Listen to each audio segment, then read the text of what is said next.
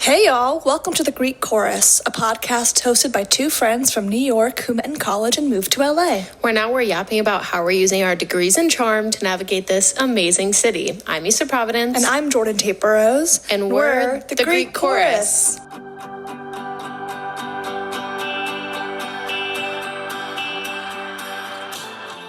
Hey guys, welcome to the Greek Chorus. We have a very special episode today.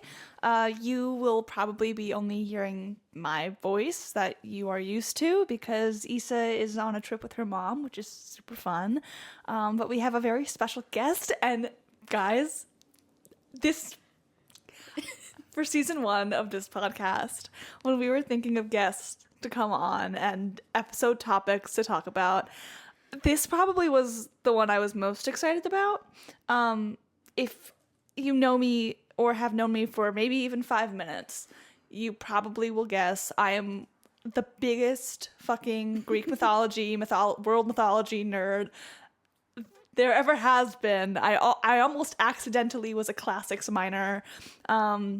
And so I'm really excited to gab about mythology with our very good friend Maddie. Maddie, introduce yourself.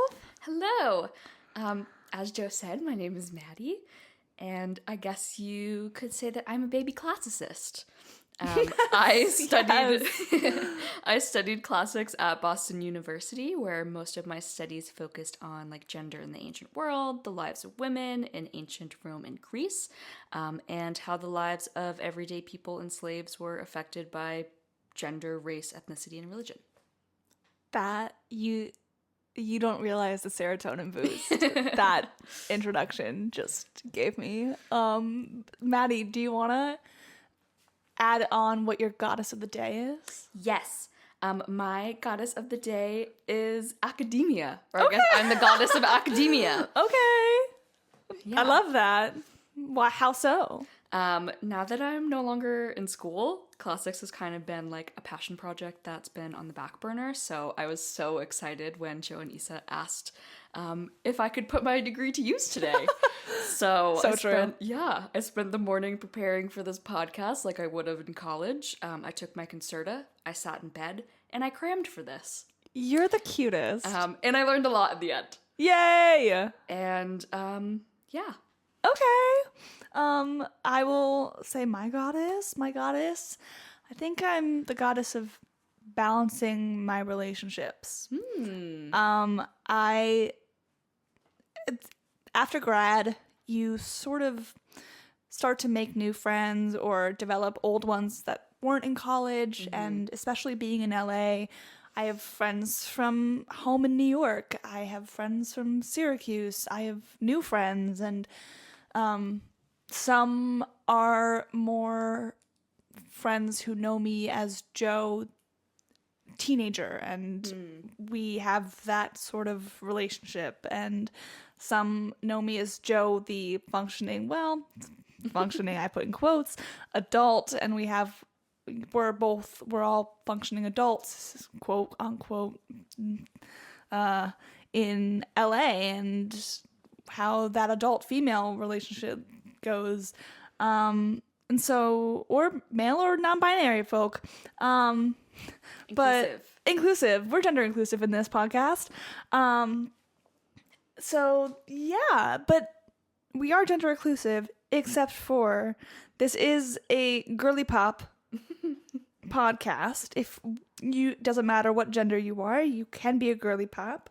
But I think in mythology, if you're not a classics geek, it's really easy to only hear about the dudes, especially the Greek dudes, and a lot of Greek mythology. Maddie can elaborate if she wants. You don't have to, but was stolen from North Africa and Central Africa and the Far East, and those civilizations were more matriarchal, but the Greeks and the Romans were like, dudes, let's copy these myths verbatim, change the name to a dude, and that's going to be our myth. But that's also reductive.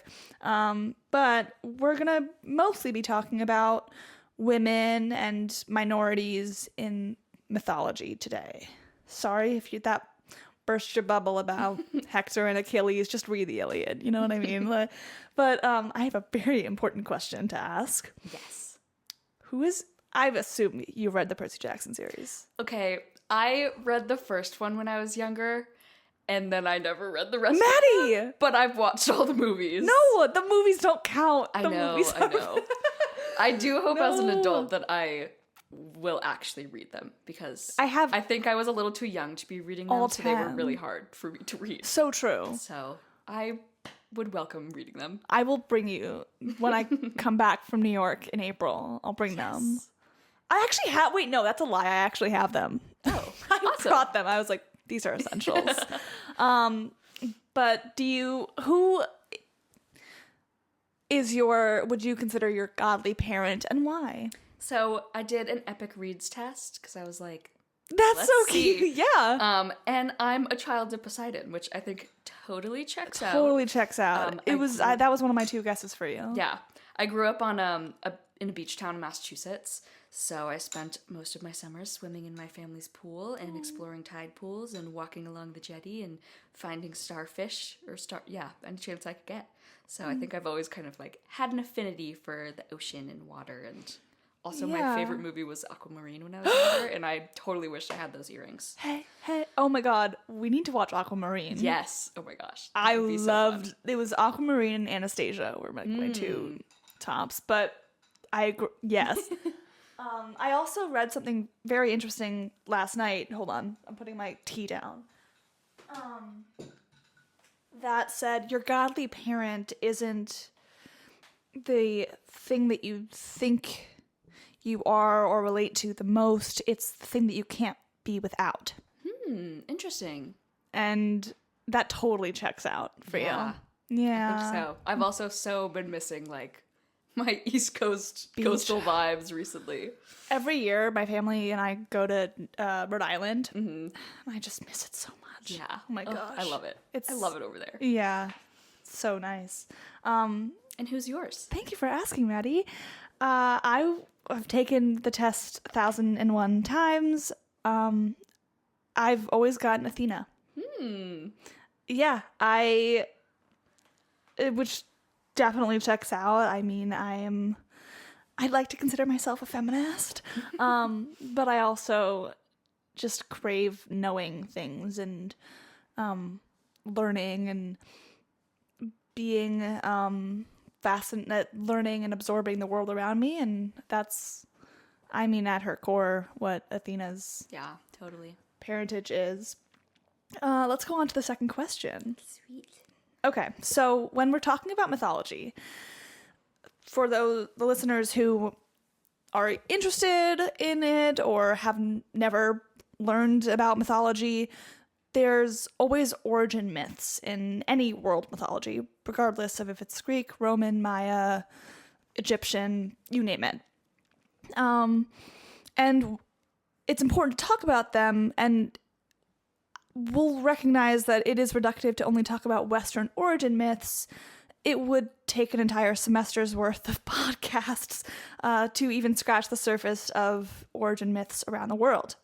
But what the Western origin myth infamously and negatively has more than others is the origin of gender roles in society.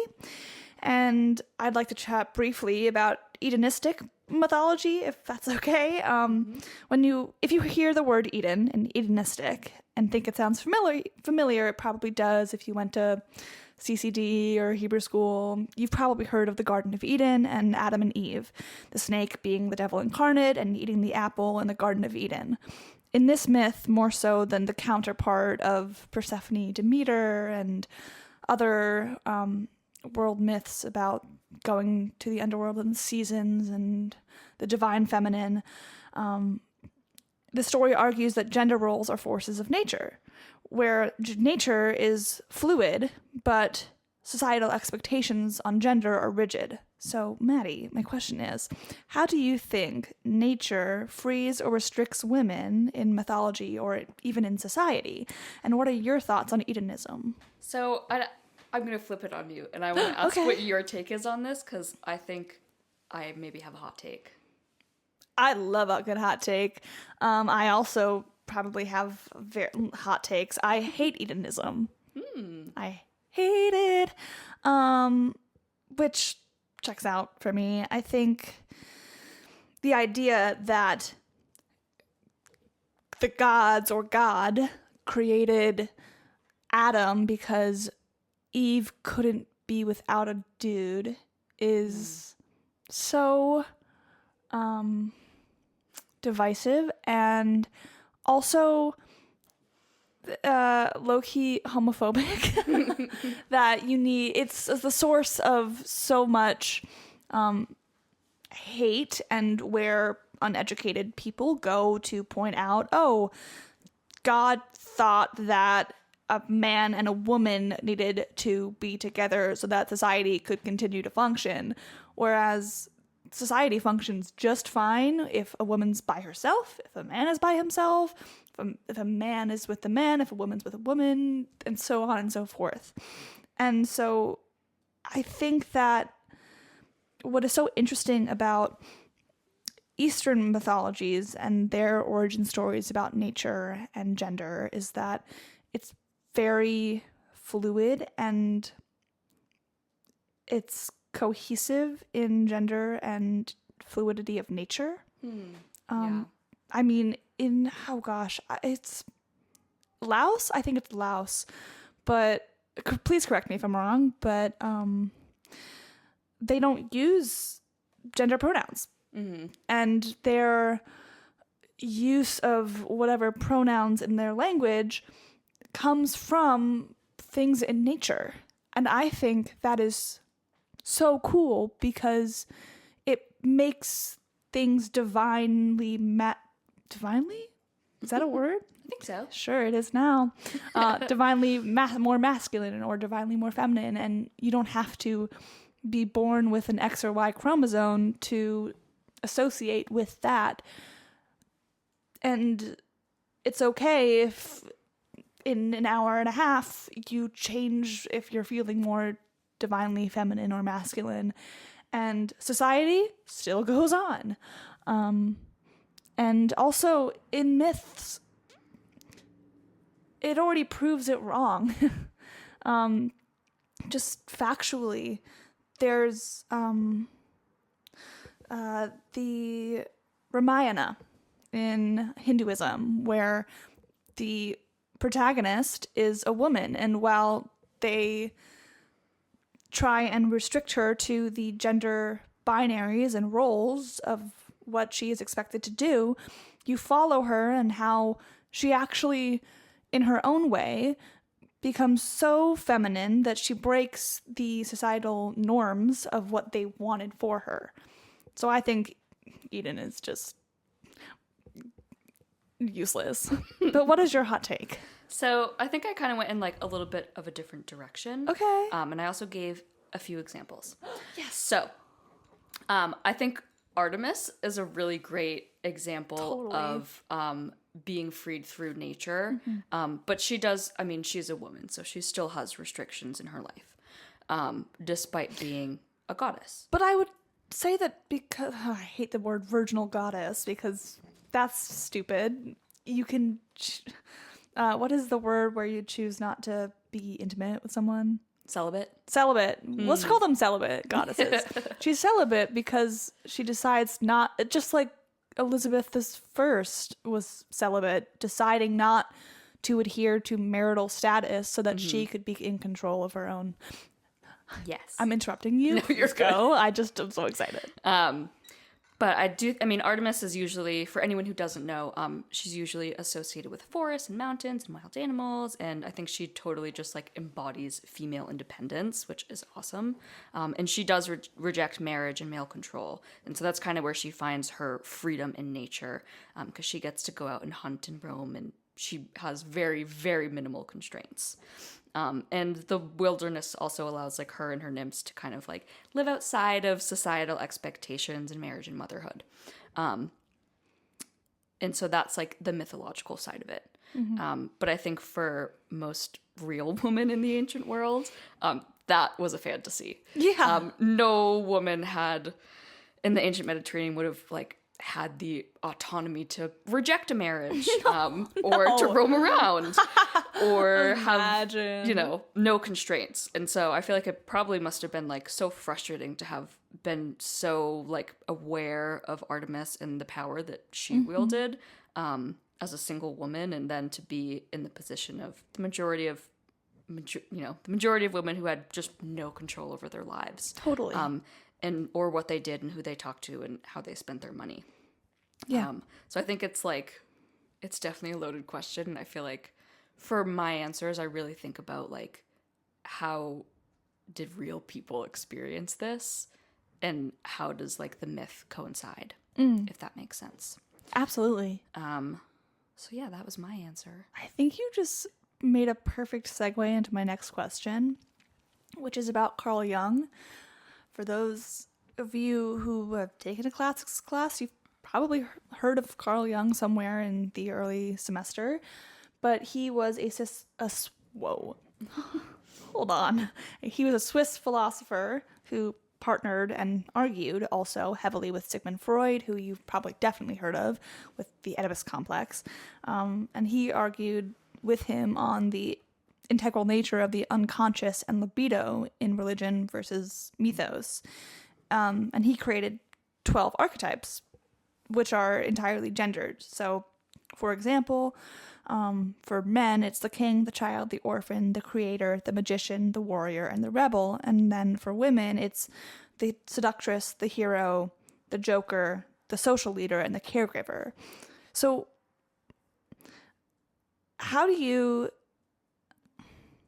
what do you like versus dislike or agree or disagree with in your opinions on the Jungian archetypes in general, and how they sort of counteracted each other within society and also within mythology? So I think first and foremost, to like really understand this question, we have to do a little etymology. Yes! So luckily my degree comprised of me taking ancient Greek. Actually? So I'm just, yes. So Wait. I'm a little bit qualified to answer this. You speak, Well, no, it's a dead language. well, yeah, well, But yes. we would like, in class, we would have to like answer things in Greek, but we'd never learn like conversational Greek or Latin. So I can read My and jaw write, is on the floor. but I can't like, I could never hold a conversation. That's so cool. So the word archetype is an ancient Greek word. Did you know that? I did actually, but can you define it? Yes. Arche means beginning, origin, or rule. And tupos means pattern, model, or type. So the word quite literally means like a beginning pattern. And the reason that I wanted to break that down here is because we first need to understand that Greek and Roman myths are totally categorized by archetypes. And Totally. that's kind of like their whole deal. And there's a plethora of academic writing like just on this topic in the archetypes that characterize mythology.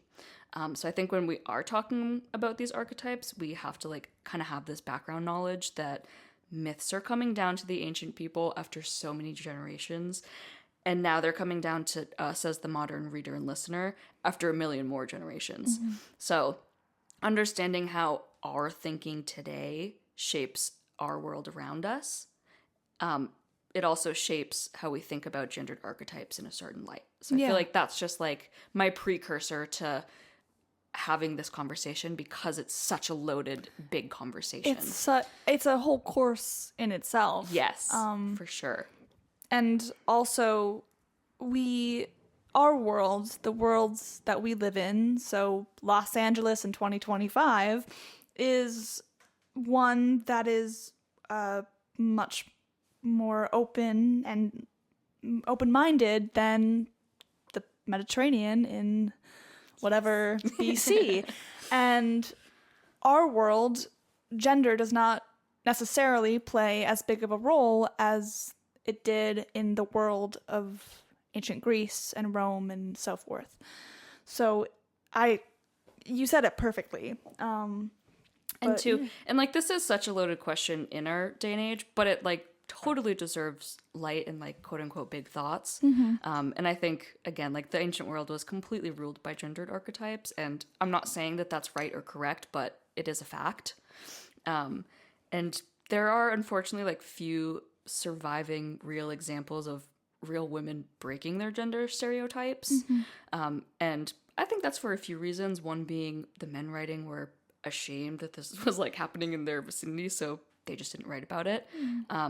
And or the men were writing about these accounts, but they just don't survive. And I think both are really likely cases. But anyways, I think when we are talking about these sorts of stereotypes, we like need to understand this society was 100% rooted in their gender roles and their gender expectations. And we see this in myth, and we see women breaking their gendered archetypes. I think Athena is a really great example of that. Mom. Yes, she like totally defies her like gendered roles just by being a goddess of war, like then and there. She literally broke her dad's brain being born. Yeah. That's a fact. It's just, she broke his skull. And then Cersei, another one of my favorites. I love Cersei. Yeah, she defies gender roles by being a seductress on a remote island where she wields total power. And she also really has to like learn how to rely on herself to survive.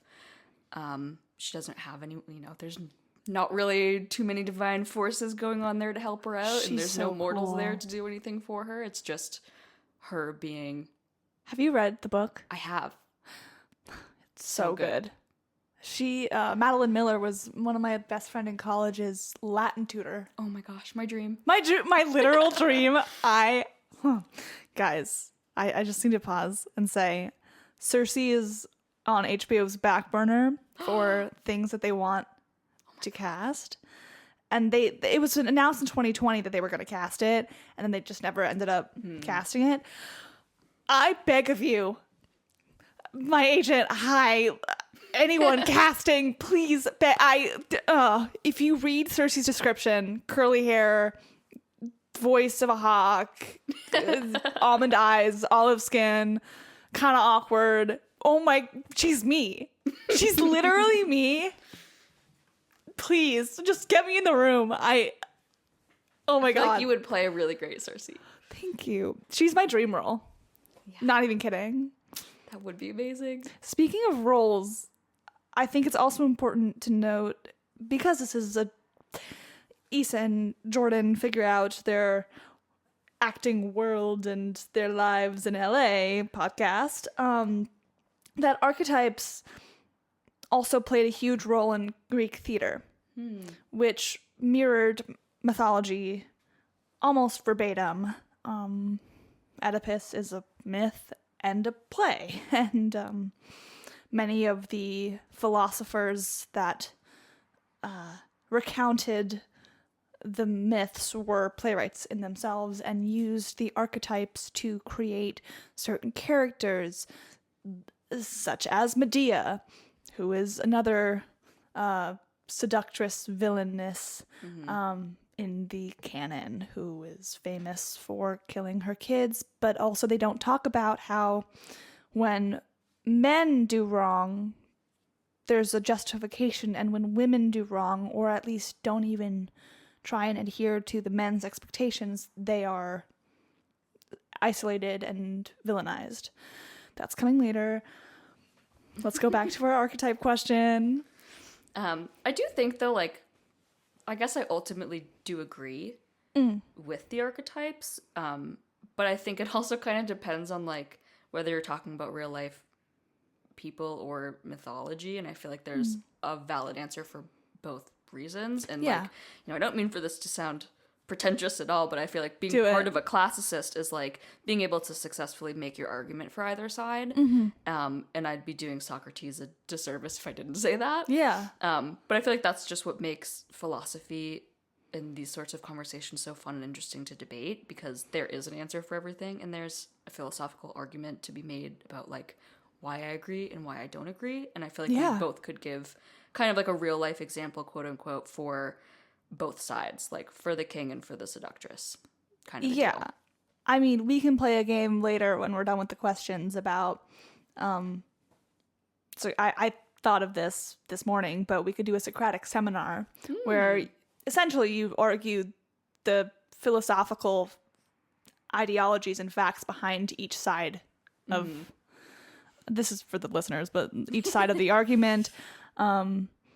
It's basically a bunch of dudes in BCE who were like, well, to play devil's advocate. Yeah. But That's kind of like the whole premise of Clouds, where Socrates is, making his argument. So funny. But yeah. Okay. That's why I love classics. Yeah. I think it is important to recognize the appearance of archetypes in myth and stories and how they reflected in real life. You cannot take a classics class and not talk about gender roles and gender normalities and how they played a role in the way that we view them. It is really easy to be quick to jump to judgment as educated individuals in 2025. But 2025 AD. Is that right? Distinction. Yes. Yes. But while we are in this world, that is our world. That's not their world. And I don't want to say world again. The universe. Please. The universe of mythology, at least in the Western world, needed to reflect what society demanded. And also didn't want to acknowledge as well, given the seductress and the Joker being negative connotations and how we figure that out. But yeah, do you have a favorite archetype? Ooh, I don't know. I'm looking at these and I'm thinking about how Roman comedy has all of these archetypes. Oh, for sure. And so I'm trying to think of, I don't know. Yeah. I'm just thinking about all the Roman comedies that I've read. Okay, let me ask you a question. Greek drama or Roman comedy? So I took a Roman comedy class at BU. That's awesome. We did talk about, I think we probably read a Greek comedy of sorts. But they weren't, off the top of my head, they were so much better at tragedies and the Romans were better at the comedies. Yeah. Yeah. For sure. But yeah, so I feel like my brain always just goes towards like Roman comedies because I feel like that's just what I know best. For sure. Also, there are certain words that we're going to say, like comedy or cult, that have very distinctive definitions in our day and age.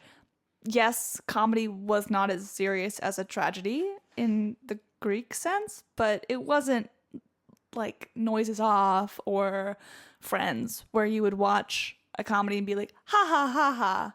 But in some senses they were. Do you have a favorite Roman comedy? Oh, I was just looking up Roman comedies to remind myself.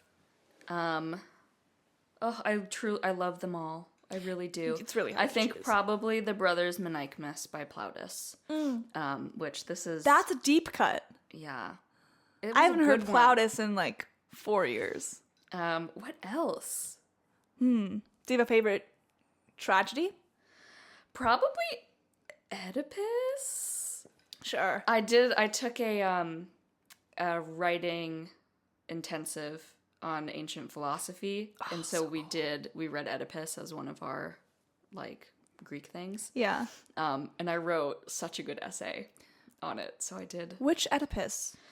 There's 3. Gosh, I think it was the first. Oh, well, yeah, the classic. But I can't even remember what my argument was. It was a while ago. This was in 2018, and my family and I took a trip to Greece, and we got to go to the amphitheater that Oedipus was originally done at, and they did that evening. You were sitting on a stone. It was very uncomfortable. There was no back seating. It was stone. And you had to climb 20 flights of stairs just to get to your seat. But they were doing the Oedipus trilogy. So they started at 3 p.m. and we didn't end till 10 p.m. Oh my gosh.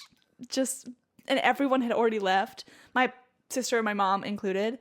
And my dad just had to sit with me while I was enthralled. Oh my god. I don't think I would have been able to get up either. Yeah, but my dad was just like, Jordan, my butt hurts. And I was like, Dad, you can go. Like, come back. You know where I am. You have my location. Like, I'm just 16. I want to watch the Oedipus cycle.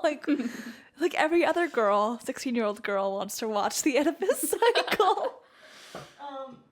I can't think of a better evening. It was awesome.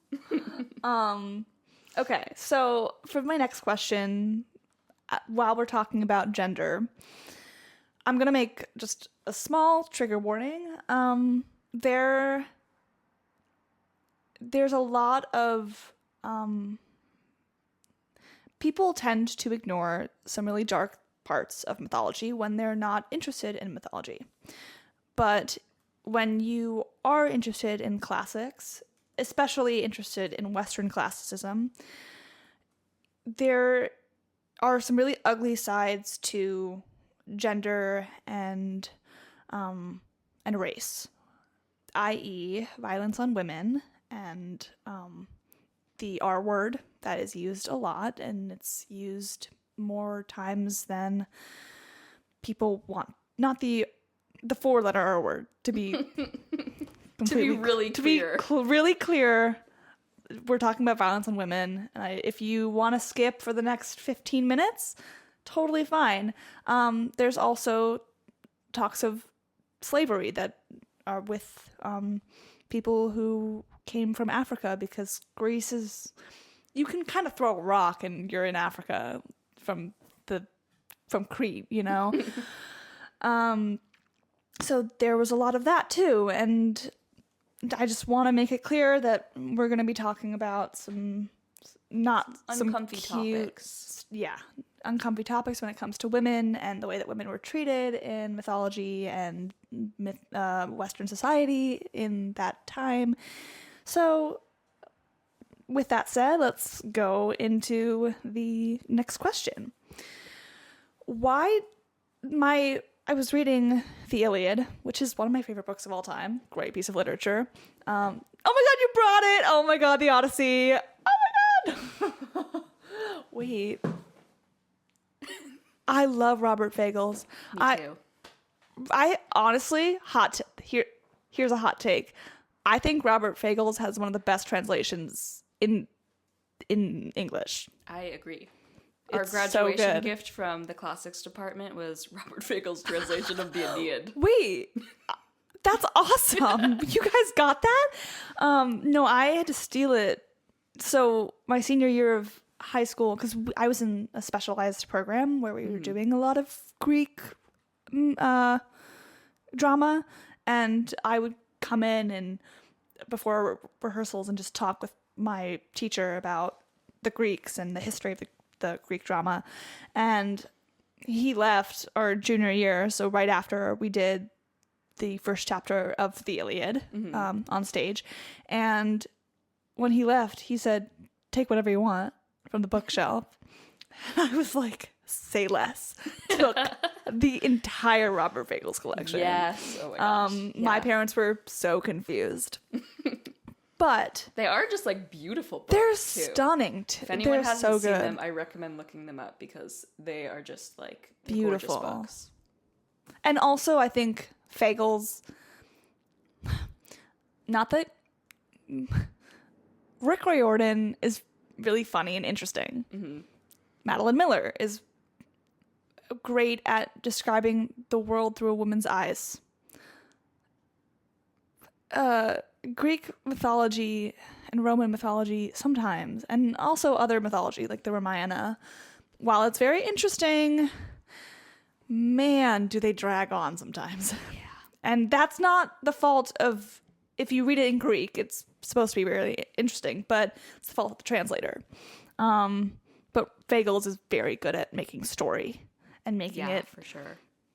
interesting. And that's what's like so complex about translation, and Yeah. why I decided I can't do Latin or Greek anymore, is like I don't want to be a translator, and Yeah. I don't care personally about reading things in like Well, to reading be a the translator, original, you and I have don't to know. be not only fluent, Yeah, but it's you hard. have to be able to. And it's like you're dedicating your whole life to it. Like one of my Yeah. professors, my Latin professor, she has dedicated her entire academic career to translating the Iliad, which is like good for you, girl. It's 30 chapters, and each chapter is the size of a thick book. Yeah, and she's been working on it for over 10 years. So I'm That's like, awesome. that's one path you can go down as a classicist, and it's not one that I personally wanted to go That's on. so okay. It's not. That is not a job I would wish on anyone. I mean, you wouldn't. This is a play, but Anton Chekhov is notably a comedian, but everyone associates him with drama and high drama. And actually, no, it's just you are bad at translating Russian. That's the point. Like, it's actually very funny. You're just a bad translator. But all that being said, I knew that we were going to have tangents, and I love that we're having tangents. But I was thinking about the Iliad specifically, and how war makes people monsters. And there are a lot of women, I'm thinking of Crisis, for example, who were kidnapped and assaulted in the war to reflect the chaos that was happening to the men on the battlefield. And why do you think, in your opinion, violence in war, in mythology, and the way the men experience it parallels violence on or towards women in the story? So Yeah. it's so hard. But It's another. I'm telling you, each question I ask is a semester's worth of college in of is. itself. I do think like oftentimes women tend to experience emotional pain as opposed to physical pain, and not like, I'm not saying that's 100% all the time, because Yeah. that's just not true. But I think oftentimes, especially if you're looking at like the Iliad specifically, like the men are off fighting wars and monsters, and women are like running a home and having to do their Running the womanly home. duties. Keeping society Yeah, in check. Yep. Which is also what happened during the Second World War. yeah. People were drafted, men were drafted, they left for 4 years, and guess who was making sure society didn't crumble? Women. Women! Yeah. But I think a great example from the Iliad is Hecuba, and how she mourns totally. the loss of her son Hector. For anyone who doesn't know the story, basically she pleads with Hector to not go off and fight Achilles because she knows that he's gonna die. And in classic mythological fashion, he goes and fights Achilles and dies. Yeah. So Achilles, of course, they're like, he's gotta show off, and so he drags Hector's body around the city. And Hecuba delivers just like this truly heart-wrenching, lamenting, just like I not think a about that. soliloquy, but like just the yeah. speech. I think it, well, yeah. Yeah. Yeah. I was talking to our friend Bella the other day, who also majored in classics, and about what character we think should be gender bent in Greek mythology. And without hesitation, I said Hector. Ooh. Because ultimately, Hector was right. And not listened to. Scratch, scratch. Guess. Ring, ring, ring. Guess what that is? It's called being a woman every single day. But yeah, that's a really nice way to put it, of how it reflects. Yeah. Yeah. But I do think like furthermore, like this specifically is an example of how men experience violence, being like death and war. And a woman here is experiencing like this emotional pain over the loss of someone. And I think there's a plethora of examples in the Iliad and other mythologies about how women experience violence. And again, like, it could be a whole semester's topic. Yeah. But sorry, I lost my spot. No, you keep on going, babe. But in the end, it's likely that Hecuba also endures physical pain. Yeah. She does get sold into slavery. Yep. But as a high status woman, she probably, like, she wasn't at work in the fields or doing some, like, laborious job, most likely. Yeah. But nonetheless was a slave, and she would not have had, like, any bodily autonomy, or would not have been able to, like, be in a position to stand up to violence that she could have endured. And I think, luckily, she's a mythological character.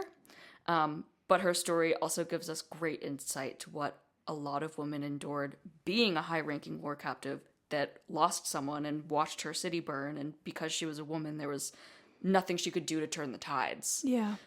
Which I think is, for me, like, the important part of this story, because this is a real, quote unquote, a real story about a real woman, because a lot of women did endure exactly this kind of situation. I mean, it's so true, and still do to some extent. I have a follow-up question that just came to mind. I think it was like 2006 or something. Recent. It was recent enough that the pictures were in color.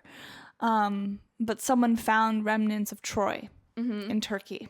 Yeah. And the entire classics community just freaked out about that. And also that there was a walled city that was destroyed in a war of some sort with southern Greece. That's southern eastern Greece. Yes, that's towards Turkey. Map. I had to think about that. Do you think that the Odyssey, Iliad, that there is some truth to it? Absolutely. I think so. Yeah. I mean, this is something that every classics class debates, I feel like, at all some the time.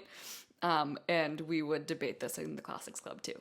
Yeah. So you were also in the classics club? Yeah, I was in the for a classics little bit. club. Yeah. It was some interesting people in there. Anyways, Yeah. that's a whole other conversation. But I mean, I personally think that, like, Homer probably was a real person. Oh, for sure. But, like, quote unquote Homer. Like, Homer as a man may have not been a real person, but someone was the first person to write this story down. And someone was the first person to be a bard and tell it. Yeah. So I feel like Homer as an entity to me is real. And the story, like, every myth and every story has some truth behind it. And I just personally believe that there's just no way that, like, someone just, like, wrote like, I feel like it 1,000 just had to be real. Obviously, the gods and the monsters and the magic that's happening isn't real, but I think the plot line of the story is. I 100% agree. I mean, for mythology, myths were created to explain the unexplainable of what was happening when science wasn't advanced enough to explain it. Yeah. Which is why people started to break out in diseases that they thought Apollo was punishing the Trojans for, because everyone broke out in diseases and no one could explain why, but they were underfed, malnourished is underfed, dehydrated, prone to disease in the battlefield, and they didn't bandage up properly and were prone to infection. So it was a way to explain why these things were happening to them. But that being said, all of these maybe Achilles wasn't, but Hector, Agamemnon, Hecuba, the mask of Agamemnon exists. They were real people.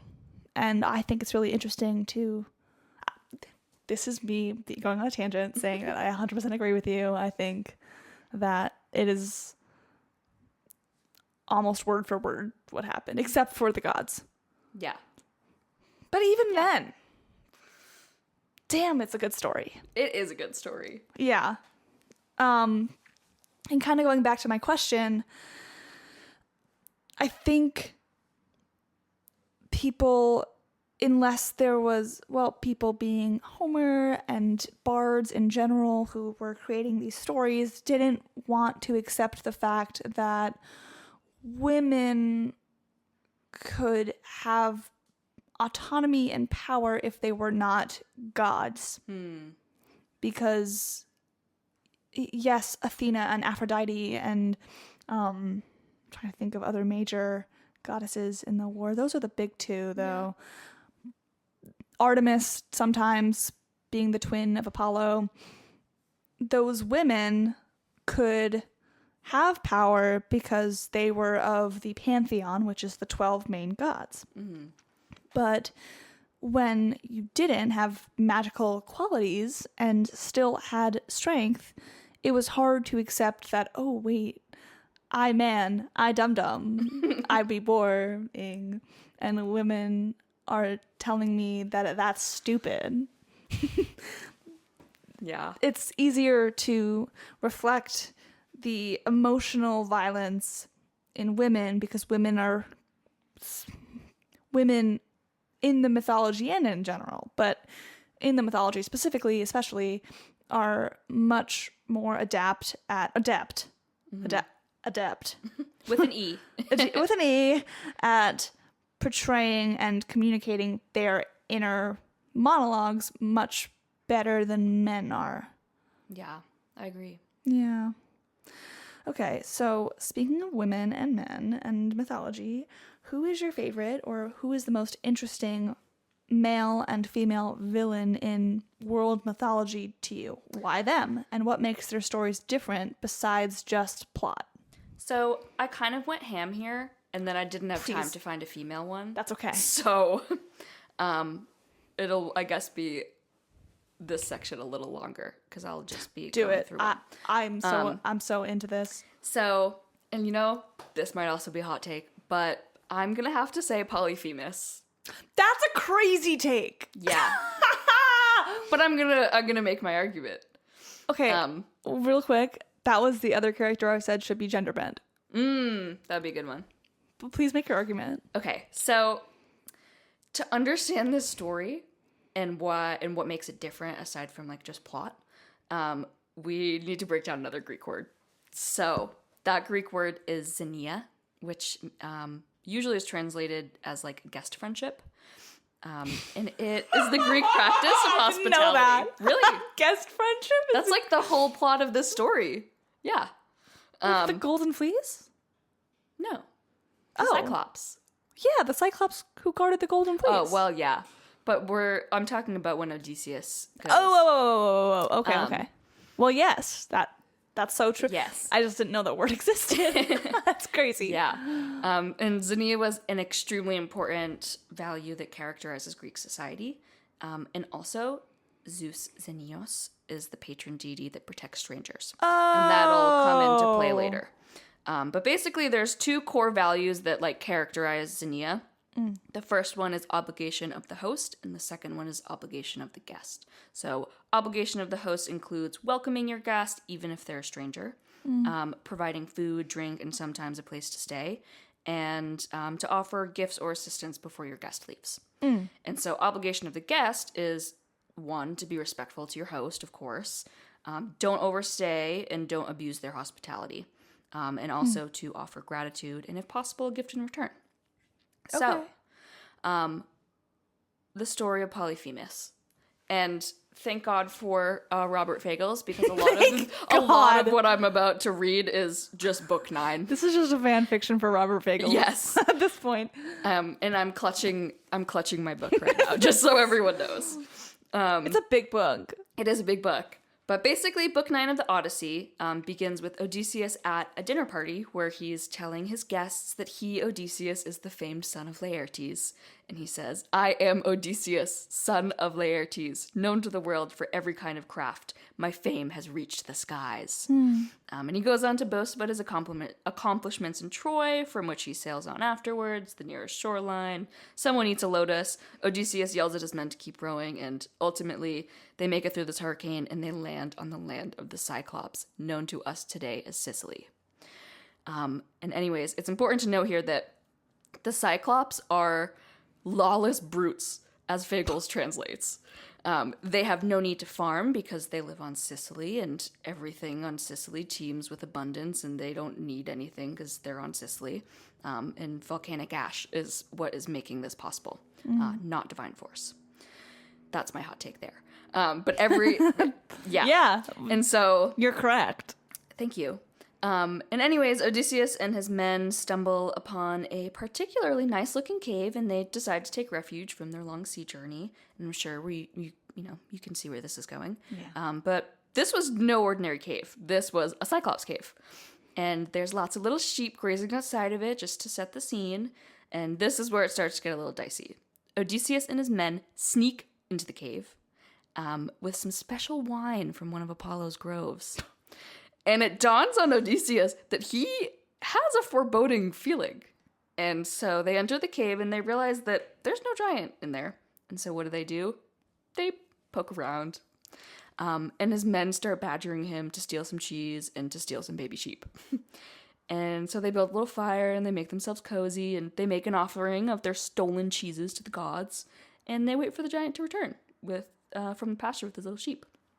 So many hours later, he comes back, and these little men are hiding from the giant, Odysseus and his men, and this giant puts a slab of rock over the cave opening. And so... He was like, no. Yeah. And so Odysseus and his men are trapped. And Polyphemus is going about, and he's doing his thing, and he's milking his little sheep and making cheese. And suddenly he belts out, "Strangers! Where have you sailed from? Who are you? Are you pirates that plunder other men?" And so this is when we quickly realize that the practice of Xenia is going a little bit hayward. Mm-hmm. Polyphemus is like kind of doing the right thing here and being like, "Who are you? Are you decent people? Can I host you in my cave dwelling?" Yeah. And in Robert Fagles' translation here, he writes that Odysseus and his men are like, they're utterly terrified by Polyphemus. He is a monster. He's a giant. He has one eye. He's huge. He has no laws that govern him. So true. Yeah. And so they're utterly terrified by Polyphemus. It's just Sicily. Yeah, his rumbling voice. But Odysseus, he musters up the courage and he introduces himself. And this is kind of like another part of Xenia that he, kind of does right here. But he does go on to ruin it and lie, of course. And he says, Polyphemus says that, I messed something up here. No. Basically, he's like, Poseidon ruined my ship. So true. And so what does Polyphemus the brute do? Odysseus then recounts his this awful moment to his dinner party guests when he says that Poseidon had ruined his ship. Mm-hmm. And Odysseus says to his guests, lurching up, he lunged out with his hands towards my men, and snatching two at once, rapping them on the ground, he knocked them dead like pups. Their brains gushed out all over, soaked the floor, and ripping them limb from limb to fix his next meal. Okay, quote. Also, I would have loved to be in your class because sometimes people are the most boring when they read this stuff. Thank you. And so up until now, we kind of only hear of the Cyclops race just being brutes and lawless, but here we see why Polyphemus is a monster. He just doesn't even think about it. He just picks up two tiny men and smashes them on the ground. What? Goals. Yeah. Goals. But some more things happen, and for the sake of time, Odysseus offers this giant some of his special wine from Apollo, and he gets him blasted drunk. Crazy. He's so drunk that he falls asleep and he throws up human flesh. That's what is in this translation. But then, whatever, he's drunk, and Odysseus is like, now is my chance. I have had this olive steak in the fire. And what does he do with it? He stabs Polyphemus's massive eyeball. And he blinds him. And so Polyphemus starts screaming. And mind you, when Odysseus introduced himself, he said, "My name is nobody." He literally says, "I am nobody."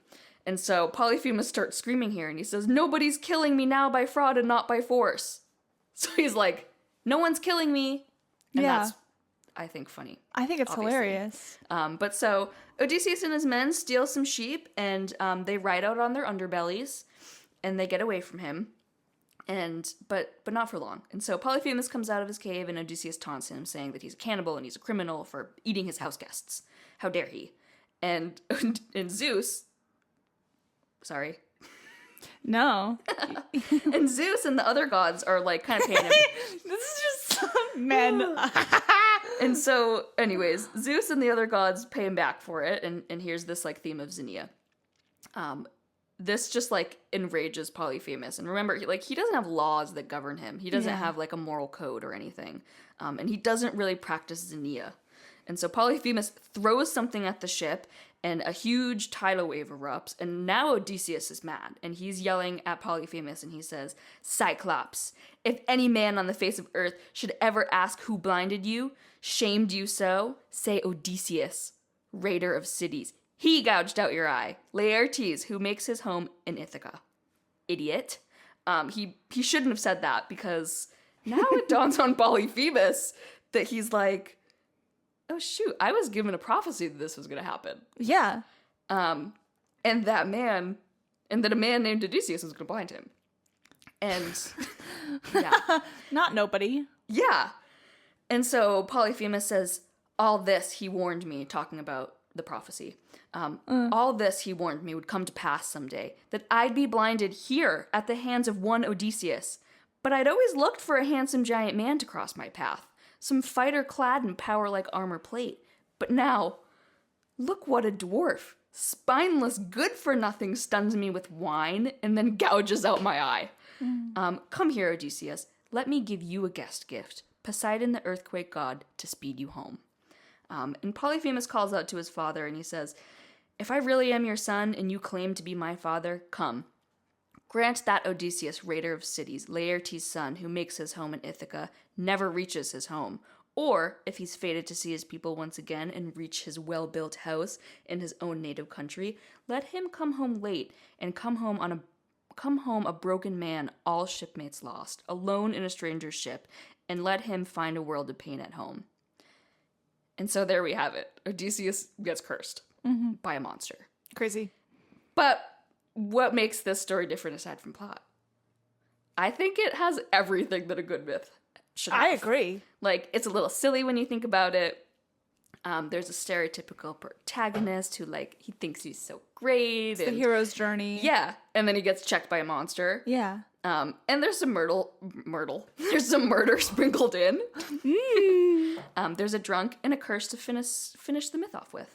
So, yeah. And so, to wrap up here, I think a lot of mythological stories kind of follow the same pattern, and this story specifically, I think, has a lot of layers that keep it interesting to discuss and debate, like going back to Xenia. Yeah. And Polyphemus breaks this code of Xenia. Like, he doesn't welcome Odysseus and his men. He instead eats a few and kills a few.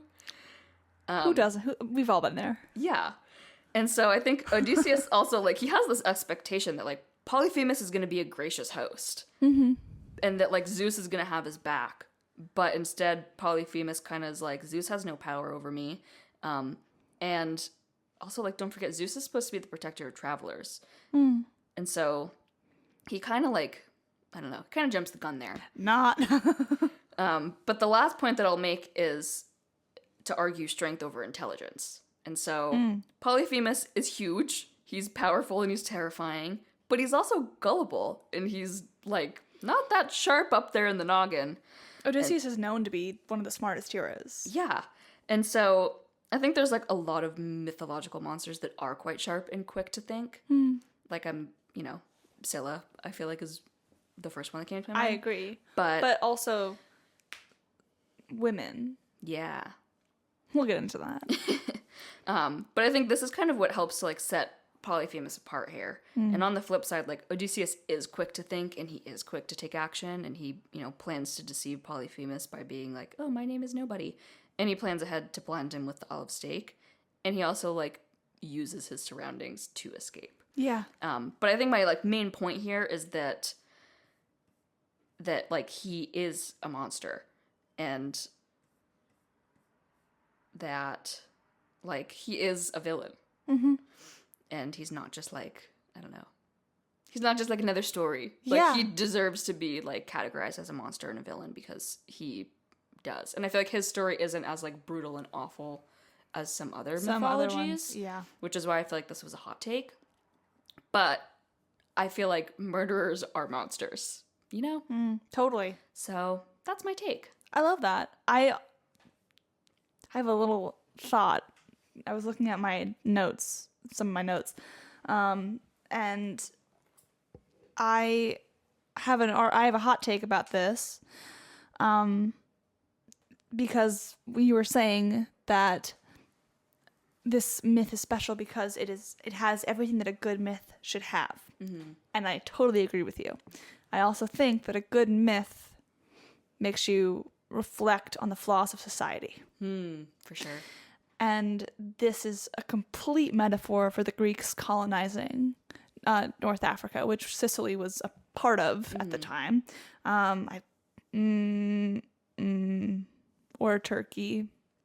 It's one of, sure. Yeah, that's also a loaded question. yeah. I took a whole class on Sicily and I couldn't even tell you the answer. I don't think people in Sicily know the answer. They're like, sometimes we're in North, sometimes we're in Turkey, sometimes we're neither. But the Greeks stealing from great societies, such as Turkey and Egypt and Morocco, they called these societies barbarians because they didn't understand their thought process and what was happening in their worlds. And sorry to interrupt you, but another fun etymology fact is that the word barbarian comes from the Greek word barbos, which literally just basically means a foreigner. And it's because when they would you know how when you imitate someone with an Italian accent, they would imitate foreigners and they would go bar bar bar bar bar. So that's how foreigners sound to them. You know how... So that's where the word barbarian comes from. That's awesome. You know how sometimes you think about people who name streets, like Hamilton Street, and it's because Alexander Hamilton lived on that street. You're like, wow, you put a lot of thought into that. you used a lot of brain. Oh, yeah. But that's so cool. I did not know that. But yeah, I think there's not one direction of imperialism, because clearly these states at the time were powerful enough to combat the Greeks. I mean, hence the Trojan War. But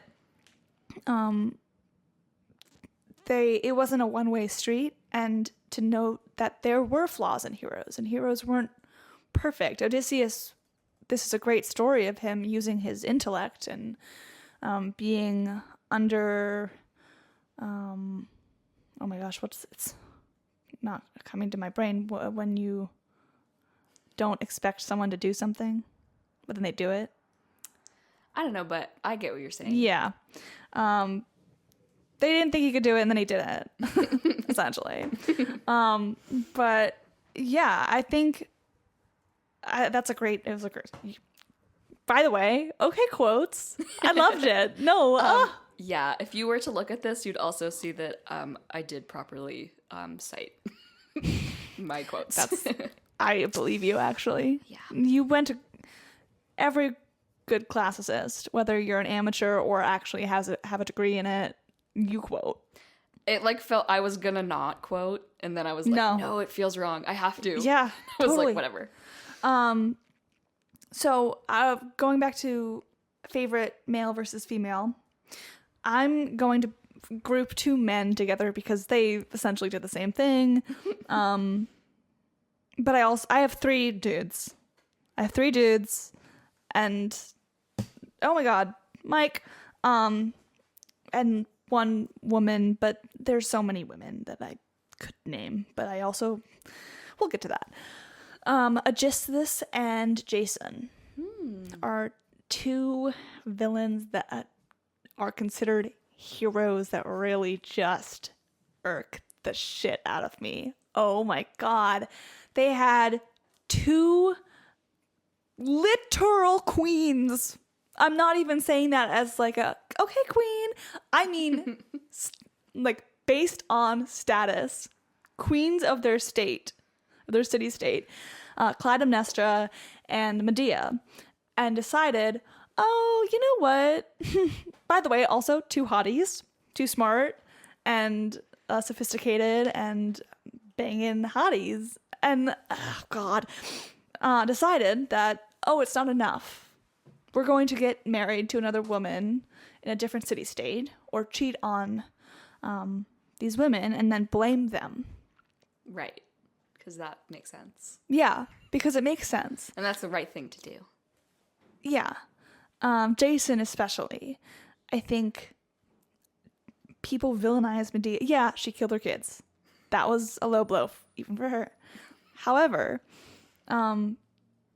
when you dedicate your life and are left alone for months and months and sometimes even years at a time for these Jason and the Argonauts and Aegisthus to go and be political colonizers somewhere that you don't know where they are, and they could be taking forever, and then they come back with another kid, or they come back and they say, oh, I have 3 more wives.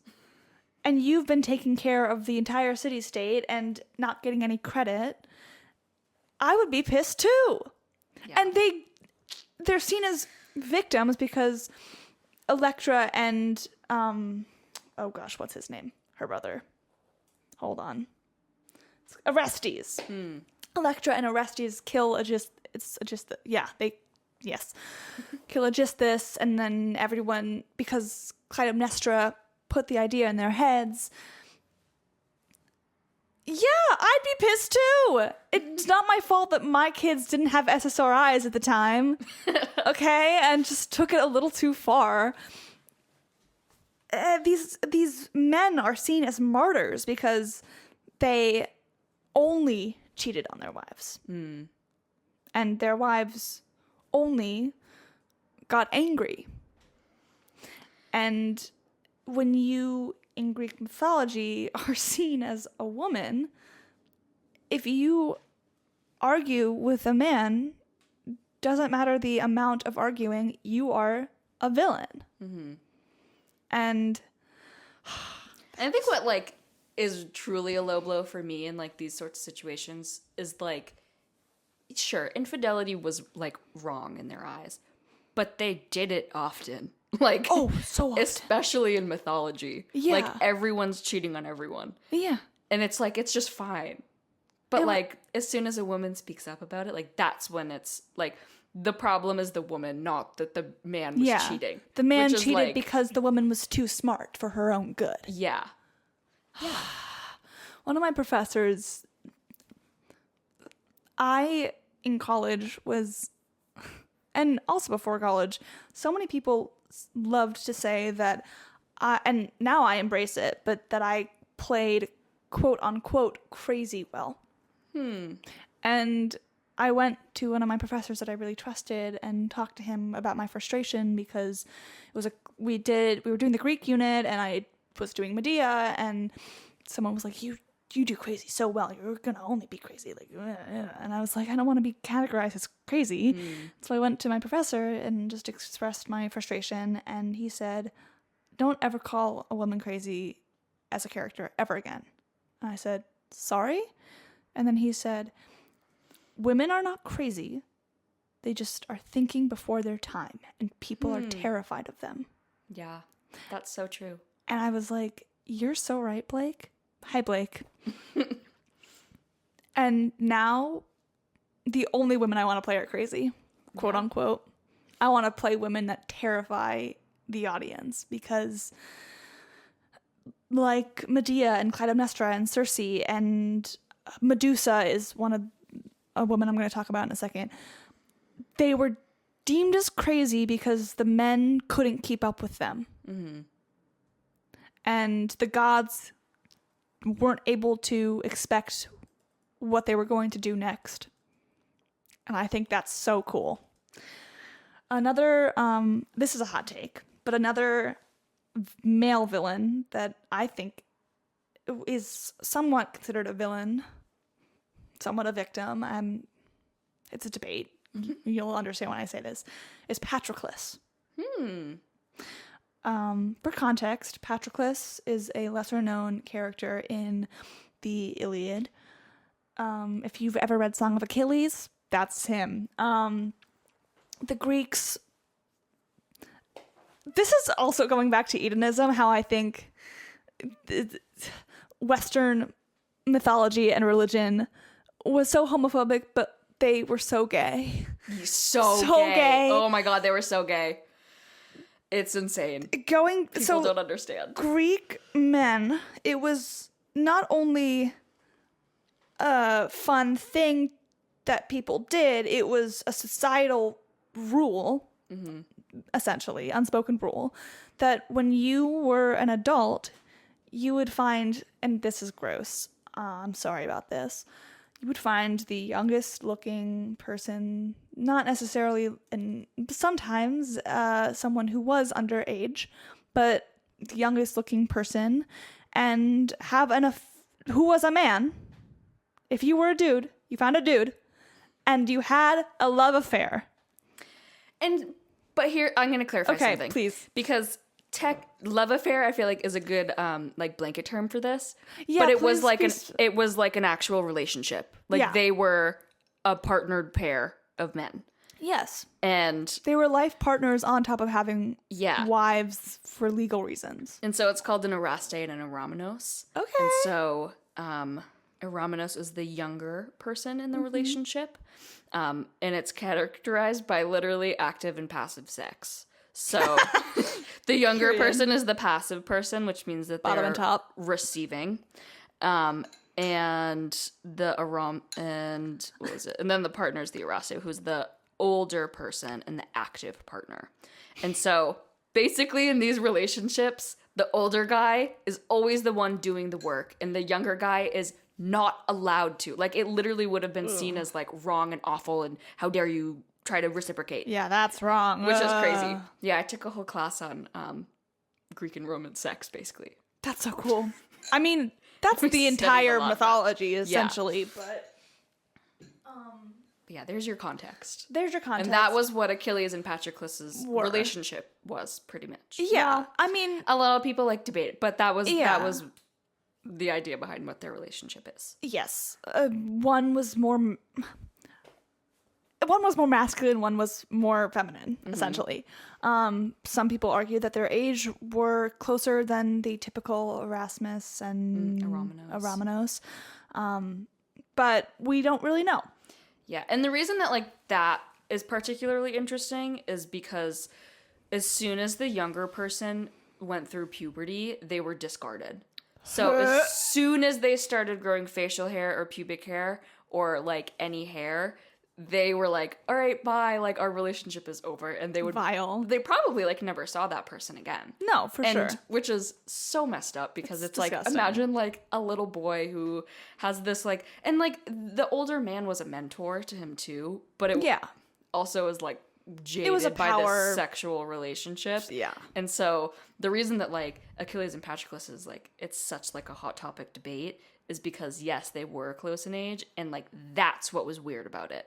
Because that they were age appropriate is crazy. Yeah. Yes. And Achilles basically should have discarded Patroclus a long time ago. And that's why people were like, all right, what's going on here? Clearly they were gay. An affair. Newsflash. Yeah, newsflash. But Achilles is gay. Patroclus. So Achilles is on the cusp of his. Achilles is known for his rage. Mm-hmm. In mythology, in literature of mythology, you describe a character as the something Achilles, so the rageful Achilles, or the vengeful Achilles, or what's one for Athena has one that's very interesting. Hermes is the fast-footed son, or something like that. And Achilles is known for his rage. And he decides, because Agamemnon is pissing him off, that he's going to step back from leading the charge in the Trojan War and stay with Patroclus and try and calm himself down from becoming this rageful monster. And the Iliad makes me sob every time, because Patroclus knows that the only way Achilles is going to fight is if he is in trouble at this point. And so he goes and Achilles is failing the Greeks. They are losing the war. And Patroclus disguises himself in Achilles' garb and goes and fights Hector and dies. And while he's dying in Achilles' arms, guys, they were gay. Achilles loses that last shred of moral dignity and becomes the monster that people and the war were forcing him to be. And while I don't think Patroclus was villainous in of himself, he was the inciting incident for the villainy. And that's why I think he's so interesting. Yeah. And then I'm also going to talk about Medusa. Love her. Also, that's why I think Patroclus is different. Because he's not a villain, but he makes people become villains. Yeah. I think saying Achilles is the easy way out. I don't think Achilles is necessarily a villain, but he does villainous things. That's true. That's why the Iliad and the Odyssey are so interesting, and the Aeneid too, but less so. But the Aeneid, because there's no one. It's all black and white and gray, and there's a lot more gray to the world than you think. That's not in the Metamorphosis, which is another. That's where Demeter and Persephone and Hades and Orpheus and Eurydice are. That's the book that, anyways, brain, whoa. But Medusa, another trigger warning, but Medusa and Poseidon, it wasn't a consensual relationship. That's up for debate, but most scholars have concluded that it's not a consensual relationship, or wasn't. And when Athena finds out, she turns Medusa to stone. No, not to stone. Whoa, Medusa turns people to stone. She turns Medusa into the monster that you are familiar with, the snakehead and freezing people. But it makes me so angry that this woman was a survivor. And because she was a beautiful and successful and okay after her assault, that made her a villain. Really grinds my gears. But this brings me to my next question. What is your favorite character, female, in mythology? Inside Greco and Roman mythology and outside Greco-Roman mythology. I'm first going to do outside of Greco-Roman mythology. Please. And so I want to first shout out my favorite podcasters. Okay. Jenny Williamson and Jen McMenemy, who are the co-hosts of Ancient History Fangirl. And they co-wrote an amazing book called Women of Myth. Yes. And so I was like, I think I have to pick something from here because I love them. And so I chose the Morrigan. And she is a Celtic warrior goddess. Sick. And she's a shapeshifter. Oh. She often takes the form of a crow, and crows were often on the scene after a battle, as they are carnivorous, if you did not know. And so they'd be feeding on the flesh of dead bodies. So that's why she gets her symbol is a crow, because she's on the scene of a battlefield. She also often takes the form of cattle and sometimes is interpreted as a cow goddess, which is kind of cute to me. That's so cute. That's so girly pop. Right? And cows were huge symbols of wealth in ancient Ireland. And the authors of Women of Myth also write in their book that intertribal conflict also often revolved around cattle raids, which is where she kind of gets that connotation. And I think this next quote gives a really great synopsis of who the Morrigan is and how she functions in mythology. So the authors write that the Morrigan is a terrifying Irish Celtic goddess said to embody the chaos and horror of war. She shifts shapes, she predicts doom, and she inspires army to both battle frenzy and overwhelming fear with her fierce war poetry. The Morrigan also foretells death. So, yeah, she's my favorite non-Greco-Roman Okay. goddess. I love that. That's amazing. And Okay. I'll let you do your next one. Then we'll go into Greco-Roman or whatever. But my favorite. Okay, it's not to put gender on animals, but there is this myth oh my god, what's it called? The first civilization. It was in like Turkey. I don't know. Mesopotamia. Right, I do know that. Well, yes. There's a Mesopotamian myth that it's an origin myth similar to Eden, but not at all, where the earth is an egg, an eagle's egg, and there's a mother eagle that tends to this egg, and that is why there's so much change, because we're experiencing, well, we're being the royal we of Mesopotamia, we're experiencing rapid change, and they want to explain why, and it's because they were getting ready to hatch into something bigger and better. And I just think that's a really beautiful way to look at it, and look at this god figure of this mother rather than God the smiter. Because, he was boring. Sorry. Hot take. But who's your favorite Greco-Roman? I feel like it's really hard to pick one. Sure. But Of course. I'm gonna pick Circe. Cersei's mine too! Sorry, that was into the mic.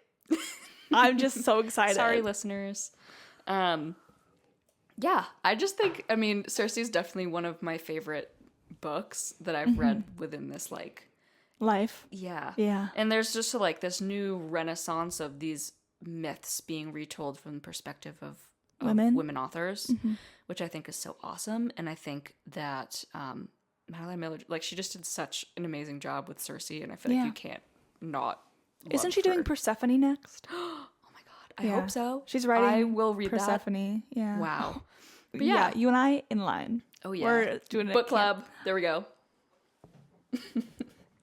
Don't fucking joke with me. I'm so serious. Wait, I'll do it. Done. Okay.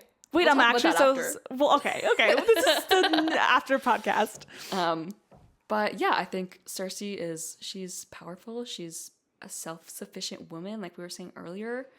She doesn't need to rely on men or gods for power. She just she makes her own through witchcraft, which I think is awesome. And also, I think ancient witches are so fascinating. So cool. I did a whole project on witchcraft and magic in the ancient world. So. Do you want to talk really quickly, speaking of female witches, about cults? Ooh, yeah.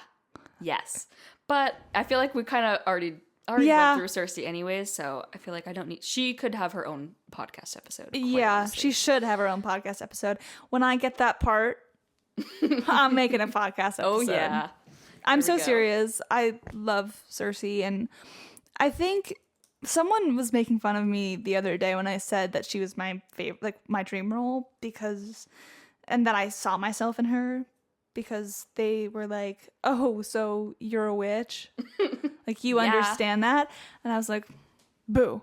But also, this Circe etymology, Circe means hawk. Because she was a demigod. Well, she was a goddess, but she was in this family of very powerful beings whose voices were of otherworldly, heavenly stars beings. And Circe sounded like a normal woman, and they thought that that was ugly.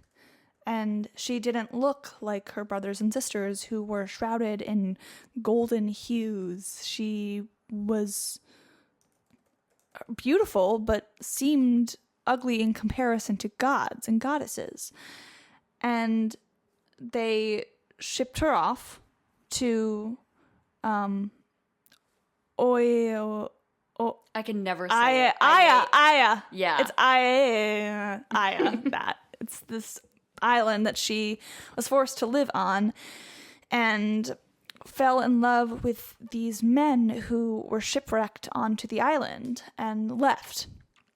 And another etymology, witch, comes from the word alchemia, which is alchemy. I find that really amazing because the gods were scared of her because she had magic that only they thought they possessed. And in reality, she found it through magic alchemy in the earth, which I think is so amazing. And there's a quote in Circe where she says something along the lines of, "They are terrified of me because they do not know what I will do next." Yeah. And I am the goddess that they didn't expect. And I just love that because she was told from a young age that she was, and through the men in her life, that she wasn't worth it.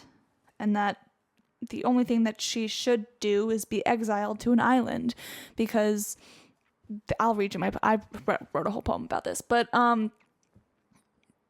that she shouldn't use her powers for good, and she decided that she would make her powers better than everyone else.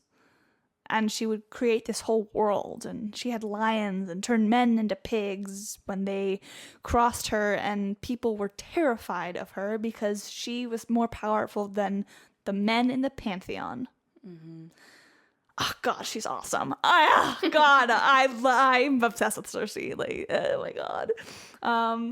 Anyways, Circe was a witch and oracles were women, and they belonged to these things called cults. Maddie, do you want to explain what a cult is, by the way? Yes. Hold on. Cult, by the way, is incredibly different than, well, what you would think of as of a cult. They were much more medicinal and witchy than, well, witchy positive than cults, modern cults. And they were for gods. Yeah. Basically, like, ancient religions all had cults. So, like, there was, like, a cult of Athena. And that meant, like, you followed Athena. You learned math. Yeah. But ancient cult, there's a lot of mystical cults, which I think is kind of more the direction that you're thinking of. And they were very secretive. Most of them were very secretive. We don't know much about them, quite honestly. But they're really fascinating. I actually didn't have this person as a professor myself, but Professor Carl Ruck at BU, he writes a whole book about this. That's so and cool. He's known as like, this man is in a cult. Like, you meet him and you're like, yeah, he's mysterious.